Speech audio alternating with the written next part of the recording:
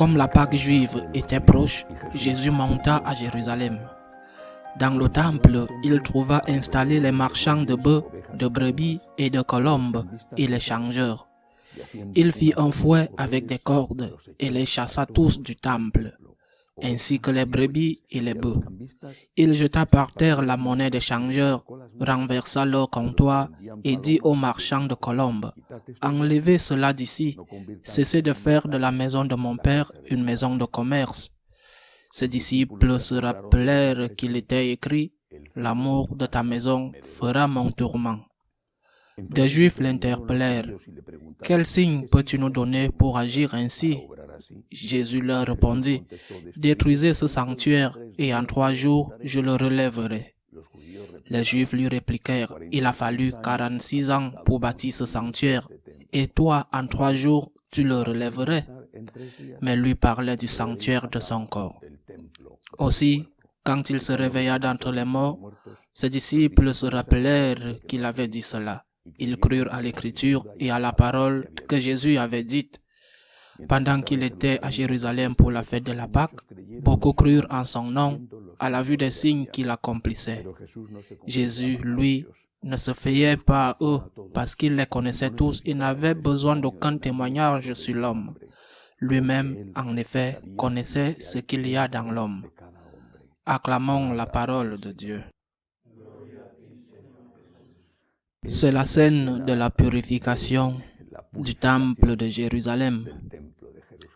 Une scène qu'il faut voir avec détail. Tout d'abord, Jésus n'utilise pas la violence contre les personnes. En aucun moment, il a dit qu'il a frappé des gens. Peut-être s'est-il limité à faire fuir les animaux et il a dit qu'il a renversé les tables où les changeurs de monnaie faisaient leurs affaires. Par conséquent, ce passage, ce moment de la vie de Jésus, ne peut en aucun cas servir de justification de l'usage de la violence au nom de la justice, et encore moins au nom de la purification de l'Église et de la religion. La violence peut être utilisée dans des cas extrêmes, par exemple en cas de légitime défense. L'Église a caractérisé ces situations extrêmes depuis l'Antiquité, mais elle ne peut pas être utilisée pour justifier ou pour réaliser les choses que l'on estime devoir utiliser. C'est à cela que servent les tribunaux. En dehors de cela, la question qui se pose ici est celle de la purification de la religion. Quelque chose saute aux yeux chaque fois que nous y pensons. Par exemple, les cas de pédérastie, les cas de corruption économique, et si l'achat d'un immeuble luxueux à Londres, les comptes bancaires en Suisse, c'est vrai, et cela est là. Malheureusement, cela fait partie du facteur humain, et donc le péché sera malheureusement toujours là. Cela ne signifie pas que nous ne devons pas lutter contre ce péché, que nous ne devons pas nous battre pour l'éviter. Même les péchés qui sont des crimes, tels que les abus sur les enfants ou les cas de corruption économique. Mais il y a des moments où la vérité cache une autre vérité. La vérité, qui sont ces cas frappants et très graves, cache une autre vérité qui peut être difficile à comparer, qui peut être aussi grave que l'autre, même si elle est très différente. Peut-être n'a-t-il rien d'aussi grave que l'abus d'un enfant, mais un enfant peut être abusé non seulement physiquement, mais aussi psychologiquement, et peut être abusé dans sa foi, dans son innocence. Je fais référence aux abus dans la transmission de la foi. Très peu de gens y prêtent attention, mais elles sont très fréquentes. Et ils se produisent dans les salles de classe des collèges catholiques, dans les salles de catéchèse des paroisses, se produisent aussi dans les temples à travers les homélies. Combien d'erreurs, combien d'hérésies ouvertes ont lieu dans l'Église? Combien d'abus liturgiques?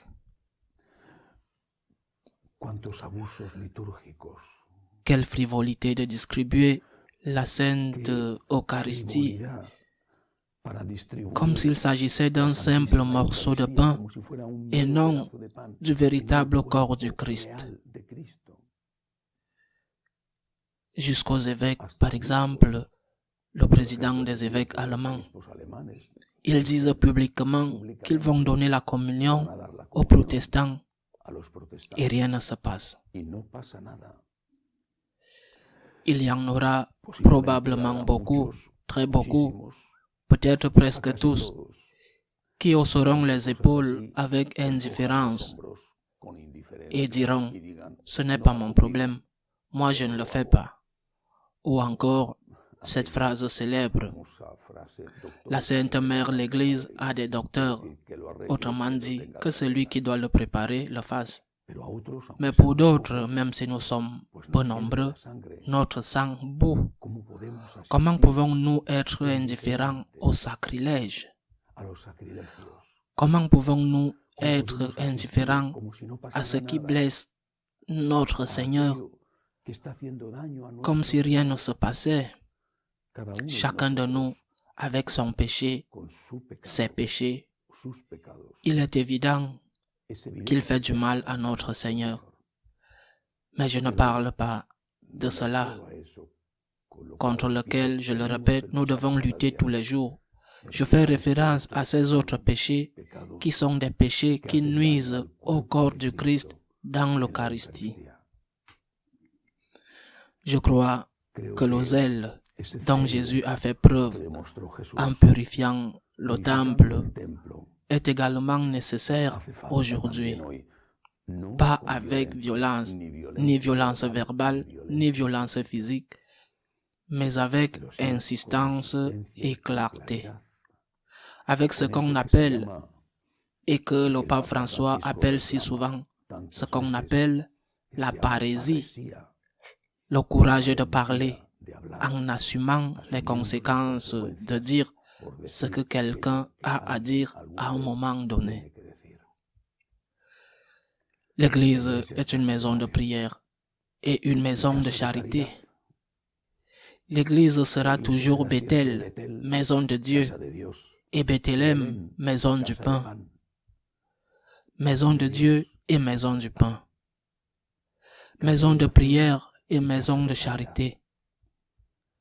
Lorsque nous oublions cela, une chose ou l'autre, quand on oublie que la première mission de l'Église, celle pour laquelle son fondateur l'a créée, est de rendre gloire à Dieu, d'amener les hommes à Dieu et d'amener Dieu aux hommes. Il s'agit d'apporter aux hommes le pain de la parole, le pain de l'Eucharistie et dans la mesure du possible, notre pain quotidien. Il s'agit d'apporter Dieu aux hommes, amener les hommes à Dieu. Quand on oublie cela, et au nom de la mode, du politiquement correct, de ne pas vouloir déranger ceux qui commandent, de penser, et je ne comprends pas comment ils peuvent penser cela. Qu'en s'adaptant au monde, les gens viendront à l'église. Et je dis que je ne comprends pas comment ils pensent cela, parce que les églises sont de plus en plus vides, plus on s'adapte au monde, et pas seulement à cause de l'épidémie. Malgré cela, ils insistent et s'obstinent à s'adapter au monde, à diminuer les exigences, à faire tout ce qu'il faut pour que nous ne soyons pas critiqués d'être dépassés ou trop exigeants, d'être d'une autre époque. Le zèle pour la maison de Dieu doit nous dévorer, comme il a dévoré Jésus-Christ, sans violence, ni verbale, ni physique, sans insulte, sans agressivité, mais avec clarté et fermeté. Le Christ est Dieu. Nous sommes ici pour rendre gloire à Dieu, pour amener les hommes à Dieu, pour apporter Dieu aux hommes, mais à un Dieu tout entier, et non à un Dieu morcelé dont nous avons retiré les parties de son corps qui ne veulent pas être entendues par les hommes, qui ne veulent pas être pratiquées par les hommes. Demandons au Seigneur de nous donner sa douceur et sa forteresse. Sa douceur pour accepter les humiliations qui, pour le défendre, viennent à nous, et sa forteresse pour continuer à le défendre, à défendre la parole, à défendre la vérité qui est lui, même si cela peut nous coûter la vie. Que Dieu nous aide.